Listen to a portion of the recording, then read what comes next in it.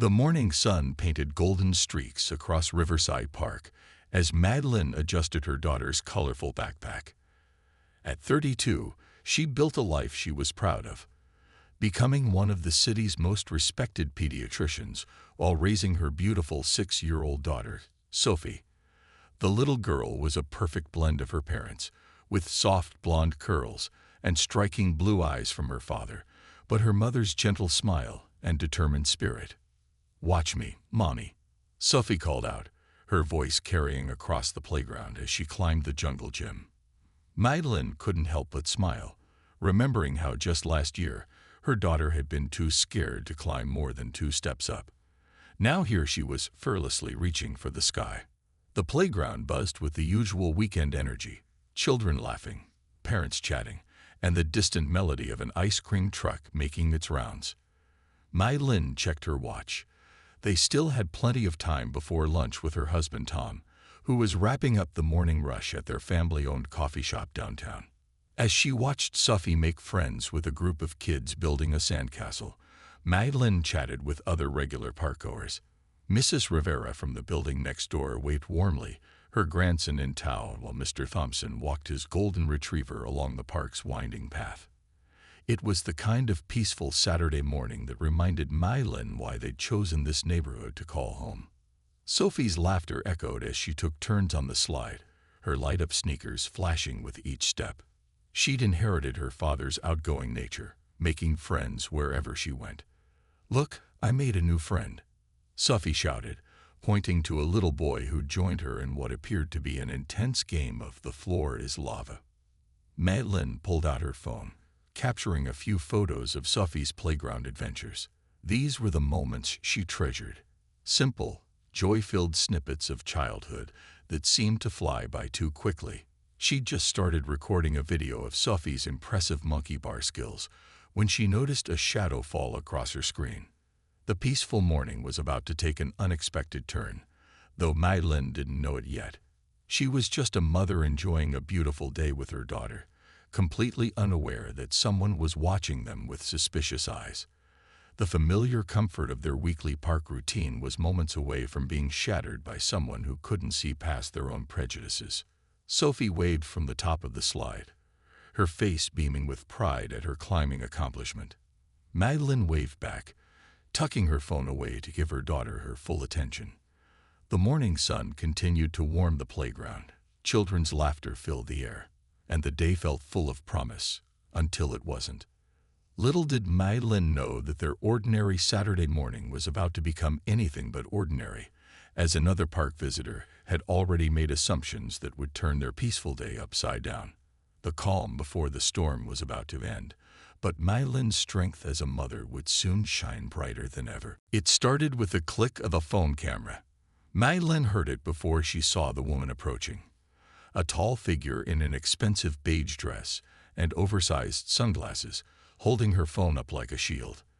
There was something unsettling about the way she moved, purposeful and sharp, her heels clicking against the playground's concrete path.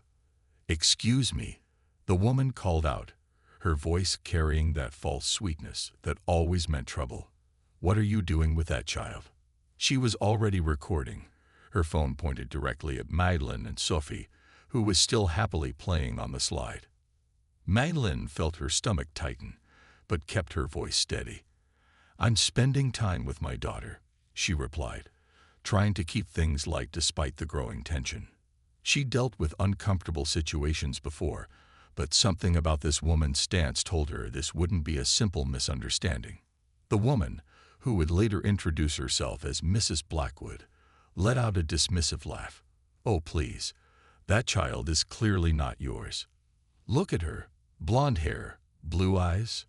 She stepped closer, her voice getting louder. "I've been watching you for the last 15 minutes. Something's not right here."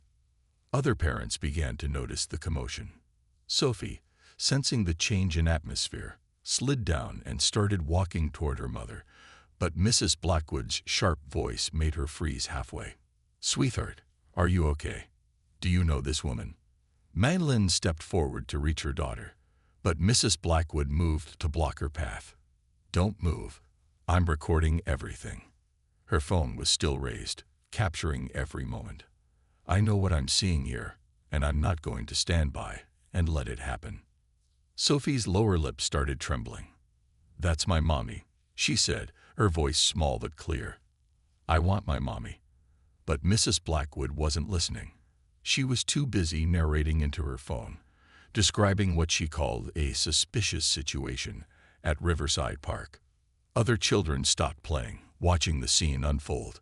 A few parents started moving closer, phones coming out, but whether to help or just document the drama wasn't clear yet. Madeline could feel her heart pounding but remained outwardly calm. Years of handling emergency situations in pediatrics had taught her the importance of staying composed. Ma'am, Madeline tried again, her professional demeanor kicking in. You're frightening my daughter. I have photos, documents, everything to prove she's mine. Would you like to see them? But Mrs. Blackwood was already shaking her head, her free hand dialing what she announced was 911. I've seen the news, Mrs. Blackwood declared loudly, as if performing for an invisible audience. I know about child trafficking. You can't fool me with some prepared papers. This child clearly belongs to a different family, and I'm going to make sure she gets back to them. The playground had gone eerily quiet now, save for Mrs. Blackwood's voice as she spoke to the emergency dispatcher. Sophie had tears running down her cheeks, caught between her mother and this stranger who wouldn't let her pass. Other parents were whispering, some filming, others trying to decide whether to intervene. Madeline took a deep breath, her mind racing through options. She could see Mrs. Rivera already on her phone, presumably calling someone who could help. A young dad she recognized from Sophie's soccer practice was slowly moving closer, positioning himself between Mrs. Blackwood and Sophie. The morning had transformed from peaceful to chaotic in mere minutes, all because someone couldn't believe that a child with blonde hair could belong to an Asian mother. As Madeline watched her daughter's frightened face, she knew this moment would change everything, not just for them, but for everyone watching. The question was, how would she handle what came next? The situation at Riverside Park was reaching a boiling point. Mrs. Blackwood's voice grew louder with each passing moment, her accusations echoing across the once peaceful playground. Don't even think about leaving, she shouted, still holding her phone up like a weapon. The police are on their way, and they'll sort this out. Sophie, tears now flowing freely, made another attempt to run to her mother. Mommy, please, she cried out, her small voice cracking. The sound of her daughter's distress hit Madeline like a physical blow, but Mrs. Blackwood continued to block their path. Everyone, look at this, Mrs. Blackwood announced to the growing crowd, her voice dripping with self-righteousness. This woman is trying to convince us she's the mother of this clearly Caucasian child. We need to stay vigilant in our community. Madeline felt a surge of protective anger, but kept her voice steady. My husband is white. Our daughter takes after him in appearance. You're traumatizing her for no reason. She pulled out her phone, fingers trembling slightly as she opened her photo gallery. Here are pictures from the day she was born. Here's her first birthday, her first steps. But Mrs. Blackwood wasn't interested in evidence. Those could be photoshopped. I watch crime shows. I know how kidnappers operate these days. She turned to address her phone camera again, narrating as if she was starring in her own true crime documentary. The suspect is becoming aggressive and showing fake photos. The crowd around them had grown larger. Some parents hurried their children away from the scene, while others stood their ground, recording everything. A gentle-faced woman who taught at the local elementary school stepped forward, trying to reason with Mrs. Blackwood. I've seen them together many times. They're regulars here. You're all being fooled. Mrs. Blackwood cut her off. This is exactly how these operations work. They establish a presence, make people trust them, and then she left the accusation hanging in the air. Sophie had backed up against the jungle gym, her small shoulders shaking. Two of her friends from the playground tried to approach her, but their parents quickly pulled them back, unsure of what to do in this charged situation. Madeline's medical training kicked in as she noticed her daughter's breathing becoming rapid and shallow, signs of a panic attack. "Sophie, honey, look at me," she called out calmly. "Remember our butterfly breathing. Let's do it together." She demonstrated the deep breathing technique they'd practiced for anxiety, even as Mrs. Blackwood scoffed at their interaction. More phones were recording now, capturing Mrs. Blackwood's increasingly erratic behavior. "You're all witnesses," she declared, spinning around to address the crowd. "When this makes the evening news, you'll see I was right. I'm a hero for spotting this." The distant sound of sirens cut through the tension, growing louder by the second. Mrs. Blackwood's face lit up with vindication. "Finally. Now we'll get to the truth." She straightened her designer dress, clearly preparing to present her case to the authorities. Madeline used this moment to catch her daughter's eye, giving her their special "everything will be okay" wink. Sophie managed a wobbly smile in return, her breathing steadying slightly. Around them, the crowd had divided into clear camps, those shaking their heads at Mrs. Blackwood's behavior, and a few who seemed uncertain, influenced by her confident accusations. The sirens grew closer, and Madeline could see the flash of red and blue lights approaching the park entrance. This was about to become even more complicated, but she stood her ground, ready to protect her daughter. Despite her calm exterior, her mind raced with worry about how this incident would affect Sophie, how it would shape her understanding of the world, and what it meant for their future park visits. As the police car pulled up to the curb, Mrs. Blackwood's triumphant smile grew wider. But she hadn't noticed what Madeline had: a familiar car parking right behind the police cruiser, and a figure running toward them that would change everything. The first person to step forward was Mrs. Rivera, who had watched Sophie grow up since she was a toddler. Her voice cut through the tension like a sharp knife. "That's enough," she declared, positioning herself between Madeline and Mrs. Blackwood. "I've known this family for years. What you're doing is absolutely shameful." More familiar faces from the neighborhood began moving forward. The owner of the corner bookstore where Sophie attended weekly story times stepped up. "I've seen this little girl grow up in our community," he said firmly. "She comes to my shop every Saturday with her mother, both her parents. Actually." Mrs. Blackwood's confidence wavered for the first time, but she quickly recovered. "You're all part of the problem," she insisted, her voice rising to a shrill pitch. "This is exactly how these criminals operate. They integrate into the community, make everyone trust them." A young mom from Sophie's dance class pulled out her phone and started scrolling. "Look, I have videos from last month's recital. There's Sophie with both her parents. Here she is at the Christmas show. Here's her whole family at the summer fair." She turned her screen toward Mrs. Blackwood, who refused to look. The police officers had reached the scene now, taking in the unusual situation. The older officer, whose name tag read Officer Chen, approached calmly. "What seems to be the problem here?" Before Mrs. Blackwood could launch into her accusations, several voices spoke up at once. Mrs. Rivera stepped forward, her phone displaying a photo album full of community events. "This woman is harassing a mother and her child," she explained firmly. "She's been terrorizing this little girl for the past 20 minutes, refusing to let her reach her mother." Officer Chen's partner was already reviewing the footage from various phones that concerned parents were showing him. The videos clearly displayed Mrs. Blackwood's aggressive behavior and Sophie's distress. "That child doesn't look anything like her," Mrs. Blackwood protested, but her voice had lost some of its earlier certainty. More and more evidence was being presented.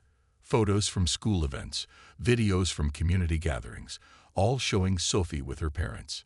The local librarian spoke up next. "I see them every week at Children's Reading Hour. Sophie has her father's looks and her mother's love of books." She smiled warmly at Madeline, who was still focused on keeping Sophie calm from a distance. Then came the moment that changed everything. A small voice piped up from behind the crowd. "My Sophie sits next to me in class," said a little girl holding her father's hand. "Her mommy brings the best cupcakes for birthdays. She made them blue and purple last time, because those are Sophie's favorite colors. Other children began chiming in with their own stories, memories of playdates, birthday parties, and park adventures. Each innocent voice added another crack to Mrs. Blackwood's crumbling narrative. Officer Chen turned to Mrs. Blackwood. "Ma'am, it appears you've made some serious assumptions here." He gestured to the crowd of witnesses, the abundance of evidence, and most importantly, to Sophie's obvious distress at being kept from her mother. Mrs. Blackwood's phone was still recording, but her hand had dropped to her side. The triumphant expression she'd worn earlier had been replaced by something closer to confusion, then embarrassment, as the reality of her actions began to sink in. Just then, another voice called out from the park entrance, a familiar one that made Sophie's face light up through her tears. The crowd turned to see a man running toward them, his business apron still tied around his waist. He clearly left the coffee shop in a hurry after getting Madeline's message. Mrs. Blackwood's jaw dropped as she watched Sophie's father approach, his blonde hair and blue eyes matching his daughter's perfectly. The pieces were falling into place, but for this neighborhood, they'd never been scattered to begin with. They'd always known and loved this family exactly as they were. Officer Chen took control of the situation with the calm efficiency of someone who'd seen it all before. The first thing he did was create some space, asking the growing crowd to step back. His voice was firm but gentle as he turned to Sophie, who was still trembling near the jungle gym. "Hey there, would you like to go to your mom now?" he asked, giving her a reassuring smile. Sophie didn't need to be asked twice. She ran straight into Madeline's open arms, burying her face in her mother's shoulder. The crowd let out a collective sigh of relief. Tom, still catching his breath from his run from the coffee shop, wrapped his arms around both of them. "I left Randy in charge of the morning rush," he explained, his voice tight with concern. "What happened here?" His blonde hair caught the sunlight, matching Sophie's perfectly, a fact that wasn't lost on anyone watching. Officer Chen's partner, a younger officer named Walsh, was reviewing the recordings from multiple witnesses. The videos told a clear story, one of harassment and unfounded accusations. "Ma'am," he addressed Mrs. Blackwood, who was now shifting uncomfortably in her expensive heels, "we need to discuss the seriousness of your actions today." Mrs. Blackwood's earlier confidence had evaporated completely. "I was just trying to protect," she began, but her voice trailed off as she watched Sophie snuggling deeper into her mother's embrace, clearly seeking comfort from the very person Mrs. Blackwood had accused. "What you did was racial profiling," Officer Chen stated plainly. "You caused significant distress to a child and her family based on nothing but your own prejudiced assumptions." He paused, letting his words sink in. The parents would be well within their rights to press charges for harassment. The playground had grown quiet. Even the youngest children seemed to understand the gravity of the moment. Mrs. Blackwood's phone, which had been recording continuously, slipped from her fingers into her designer purse. Officer Walsh was taking statements from witnesses. Mrs. Rivera showed him the text messages she sent to other neighbors when the incident began. The bookstore owner described how Sophie and Madeline came in every weekend, how the little girl always insisted on reading one book in English and another in Mandarin, proud of understanding both her parents' languages. "We need your full name and contact information," Officer Chen told Mrs. Blackwood, who had grown increasingly pale. "This incident will be documented. While the family may choose not to press charges, your behavior today was completely unacceptable." Tom kept one arm around his family while pulling out his phone. "I have our family photos, Sophie's birth certificate, everything in my cloud drive," he offered, though it was clear now that such proof wasn't necessary. The truth had been evident in every terrified cry Sophie had made for her mother. Officer Chen shook his head at the offered documents. "That won't be necessary, sir. We can clearly see this was a case of racial profiling and harassment." He turned back to Mrs. Blackwood.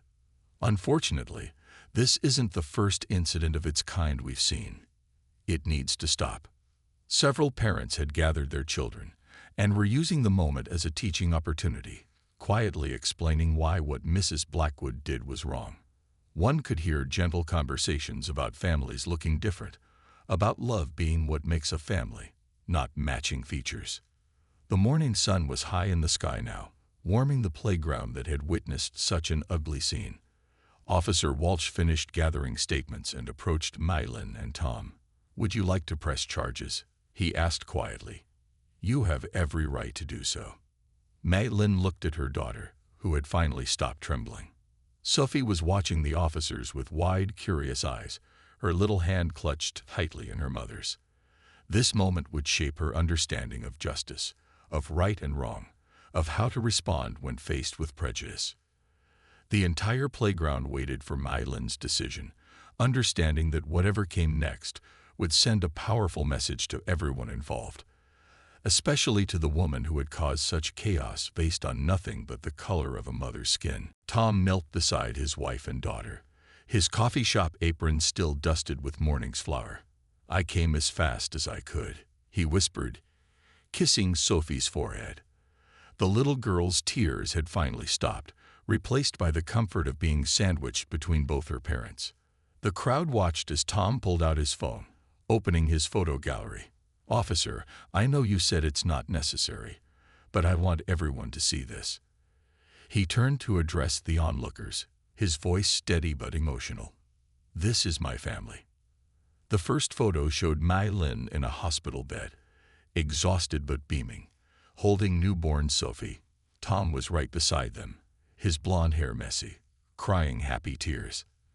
The next photo showed Sophie's first steps, stumbling between her parents in their cozy living room. Then came birthday parties, holiday celebrations, and countless ordinary moments that told the story of their family. Mrs. Blackwood stood frozen, her face reddening as Tom swiped through their family history. "Here's last Christmas," he said, his voice growing stronger. "Sophie insisted on wearing her mom's lab coat because she wants to be a kid doctor just like her. She already knows how to use a toy stethoscope better than I do."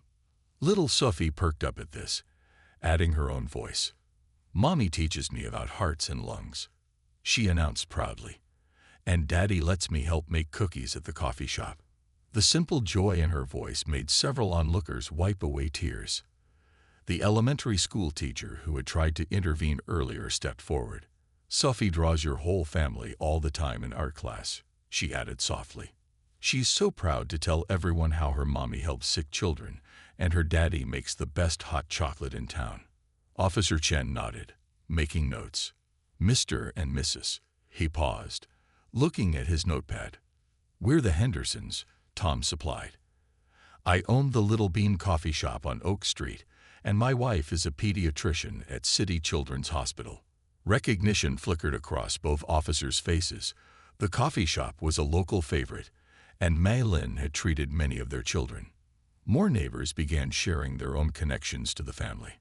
The librarian mentioned how Mylin had organized a monthly multilingual story time. A local dad talked about how Tom had provided free coffee and pastries during last winter's school fundraiser. Each story painted a picture of a family deeply woven into the community's fabric. Mrs. Blackwood's phone had long stopped recording, but others' cameras were still rolling, capturing this moment of community solidarity. The woman who had been so certain of wrongdoing just minutes ago now seemed to be shrinking into herself, faced with overwhelming evidence of her mistake. "I think," Mylin spoke up, her professional calm mixed with maternal warmth, "this is a chance for everyone to learn something." She looked directly at Mrs. Blackwood. "Families come in all forms. Love doesn't care about matching features." Sophie, now feeling braver, tugged at her father's apron. "Daddy, can we still have our picnic?" The question broke the tension, drawing gentle laughter from the crowd. Trust a child to bring everything back to what really mattered. "Of course, sweetheart," Tom smiled, reaching into his backpack. "I brought your favorite, strawberry muffins." He looked at the officers. "Would you like some?" Fresh from the oven when all this started. Officer Walsh couldn't help but smile. "That's very kind, but we need to finish our report first."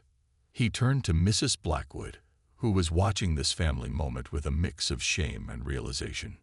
The morning sun highlighted Sophie's blonde hair as she snuggled between her parents, the same hair that had caused such unfounded suspicion, now shining like a reminder that families are built on love, not appearance.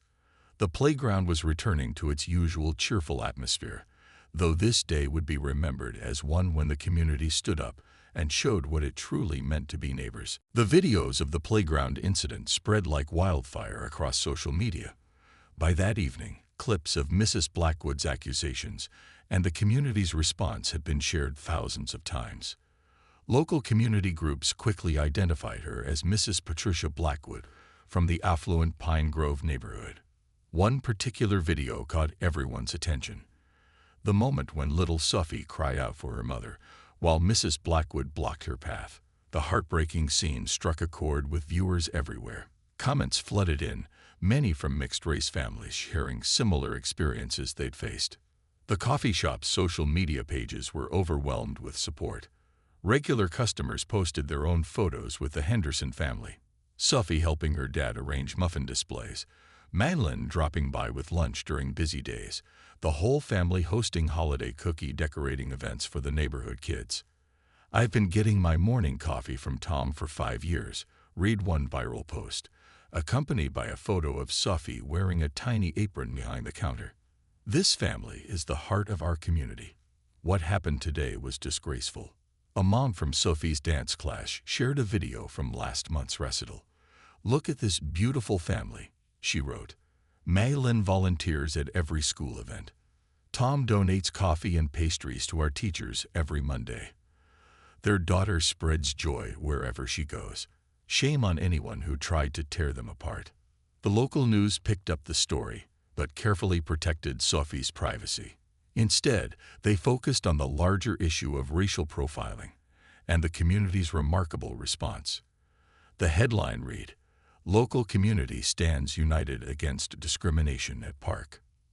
Mrs. Blackwood's own social media presence revealed a history of problematic behavior. Screenshots surfaced of previous comments she'd made about other mixed-race families in the area. Her reputation in the real estate community, where she worked as an agent, began to crumble. By nightfall, #ParkKaren was trending locally, with thousands sharing their own stories of facing prejudice and discrimination. But something beautiful emerged from the ugly incident. People began posting photos of their own diverse families, celebrating the many ways love creates bonds beyond appearance. The Little Bean coffee shop became an unexpected hub of support. Customers lined up around the block the next morning, not just for coffee, but to show solidarity. They left notes, drawings from their children, and messages of encouragement.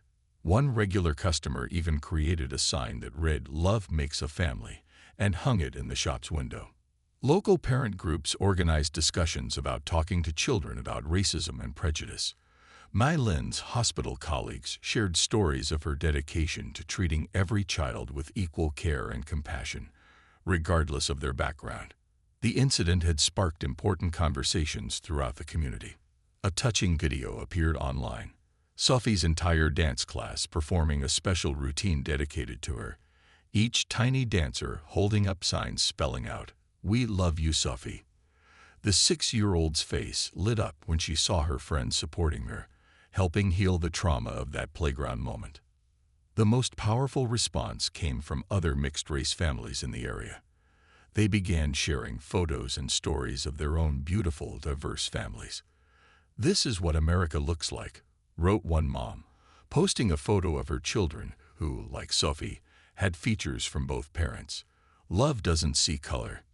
Tom and Madeline were moved by the outpouring of support, but remained focused on helping Sophie process the experience. They monitored the online response carefully, shielding their daughter from the viral nature of the incident while ensuring she felt the community's love.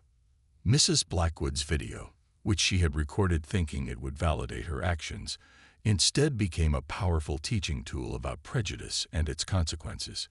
Every share, every comment, every message of support showed that love and acceptance were stronger than ignorance and fear.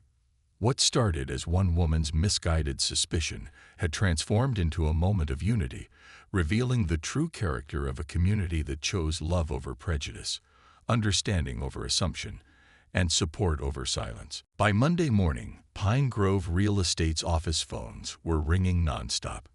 Clients were calling to express their concerns about Mrs. Blackwood's behavior. The company's social media pages were flooded with comments from people sharing the park video, asking how they could employ someone who displayed such prejudice. The real estate agency's owner, a well-respected businessman who had built his company's reputation over 30 years, called an emergency meeting. He watched the viral videos with a heavy heart, seeing one of his top agents harassing a young mother and terrifying a child based solely on their appearance. "This isn't who we are," he announced to his staff. "Pine Grove Real Estate has always served all families with respect and dignity." Within hours, the company released a statement. "We have terminated Mrs. Blackwood's employment. Her actions go against everything we stand for as a company that helps people of all backgrounds find their dream homes." The local business association, where Mrs. Blackwood had once held a leadership position, also distanced themselves from her actions. They announced a new initiative to provide diversity and inclusion training for all member businesses, turning a negative incident into an opportunity for community growth. At the elementary school, teachers noticed children having important conversations during recess. "My family doesn't all look the same either," one little boy told his friends proudly. "My sister was adopted from China, and she's just as much my sister as if we matched." The incident had sparked honest discussions about family, love, and acceptance, even among the youngest community members. Mrs. Blackwood's life changed dramatically. Her carefully cultivated image as a respected community leader crumbled. Neighbors who once smiled and waved now turned away. Her social circle shrank as former friends, unwilling to be associated with her actions, stopped inviting her to gatherings. The local Parent-Teacher Association, where she had been nominated for a board position, quietly withdrew her name from consideration. The charity committees she had chaired found new leadership. Her social media accounts were deactivated under the weight of public criticism. But something unexpected happened amid the backlash. A local diversity education center reached out to Mrs. Blackwood, offering her a chance to learn from her mistakes. They invited her to attend workshops and meet with families from different backgrounds, providing an opportunity for genuine growth and understanding. Meanwhile, the incident sparked important changes in the community. The City Council proposed new anti-discrimination guidelines for local businesses. The public library launched a monthly series featuring books about diverse families. The park where everything had happened started hosting weekly multicultural family gatherings. The coffee shop became a symbol of unity. Tom created a new drink called the Family Blend, donating a portion of its sales to organizations promoting racial harmony. Madeline's Hospital started a support group for mixed-race families, providing a safe space for sharing experiences and finding community. Local schools updated their curriculum to include more discussions about diverse families. Teachers reported that children were showing more curiosity and acceptance toward classmates who looked different from their parents. Sophie's story had opened the door for important conversations at every level. Mrs. Blackwood's professional reputation never fully recovered. Real estate firms in neighboring towns were reluctant to hire someone whose name had become synonymous with discrimination. Her actions had cost her not just a job, but a career she had built over decades. Yet the community's focus remained on healing and growth rather than punishment. When Mrs. Blackwood was spotted at one of the Diversity Center's workshops, people acknowledged her effort to learn and change. Some even respected her for facing her mistakes instead of hiding from them. The incident became a case study in local business ethics classes. Companies used it to train employees about unconscious bias and the importance of treating every customer with respect. What happened in the park that day had ripple effects far beyond one family or one community. It became a lesson about the consequences of prejudice and the power of standing up for what's right. 1 month after the incident, Riverside Park looked very different on a sunny Saturday morning. Colorful banners hung between trees announcing the first Family Unity Picnic. The playground, once the site of such ugliness, had transformed into a celebration of community and diversity. Tables lined the park's grassy area, loaded with food from different cultures. Tom's coffee shop had set up a beverage station, the aroma of fresh coffee mixing with the scent of international dishes brought by local families. Madeline arranged plates of her mother's traditional dumplings next to Tom's famous muffins. Sophie, wearing a dress that combined fabric from both her Chinese and American heritage, bounced between the tables with her friends. The trauma of that difficult day had faded, replaced by the warmth of community support and understanding. She proudly showed other children how to use chopsticks, giggling when they dropped their dumplings. "Look, Mommy," she called out, pointing to a large banner decorated by her classmates. It featured handprints in different colors forming a heart, with "All families are beautiful" written in children's handwriting. Madeline smiled, remembering how the class art project had helped Sophie process her experience. The park buzzed with activity. A local dance group performed traditional dances from various cultures, inviting children to join in. Face painters created designs representing different heritage celebrations. The library had set up a reading corner featuring books about diverse families, with volunteers doing story times in multiple languages. Tom watched from his coffee station as families mingled, shared food, and exchanged stories. The incident that could have divided their community had instead brought them closer. Even some of Mrs. Blackwood's former friends had come around, now actively participating in community diversity initiatives. A surprise visitor arrived midway through the celebration. Mrs. Blackwood herself. She stood hesitantly at the park's entrance, clutching a small gift bag. The crowd noticed her presence, conversations quieting briefly. But this wasn't the same woman who had caused such chaos a month ago. She had spent weeks attending diversity workshops, learning about her biases, and meeting with families from different backgrounds. The experience had changed her. She approached Madeline and Tom slowly, her eyes lowered with genuine remorse. "I brought something for Sophie," she said quietly, holding out the bag. Inside was a children's book titled "Love Makes a Family," along with a heartfelt letter of apology. "I'm still learning, still trying to be better," she added, her voice trembling. Madeline looked at Tom, then at Sophie, who was watching curiously from behind her father's legs. After a moment, Madeline accepted the gift with a gentle nod. It wasn't about forgiveness as much as acknowledging someone's effort to change. The day continued with community awards. The elementary school received recognition for their new cultural awareness program. The local business association announced scholarships for minority students. Madeline's hospital was honored for launching support groups for diverse families. As the sun began to set, families gathered for a group photo. The photographer had to keep backing up to fit everyone in the frame. There were hundreds of people, representing countless cultures, backgrounds, and family structures, all smiling together. Sophie sat on her father's shoulders, waving her little flag with both Chinese and American symbols. "Can we do this every month?" she asked, looking down at her mom. The question made everyone laugh, but they knew she was right. This shouldn't be a one-time event. The park board voted to make the Family Unity Picnic a monthly tradition. Each gathering would highlight different cultures, but always with the same message: love makes a family, and diversity makes a community stronger. As the first celebration wound down, Madeline watched Sophie playing with her friends. Children of all backgrounds, none of them seeing anything strange about families looking different from each other. The painful incident that had started it all had planted seeds of change that would benefit generations to come. Tom wrapped an arm around his wife's shoulders, both of them watching their daughter's joy. "She's going to grow up in a better world," he said softly. Madeline squeezed his hand, knowing that sometimes the most beautiful gardens grow from the most difficult moments.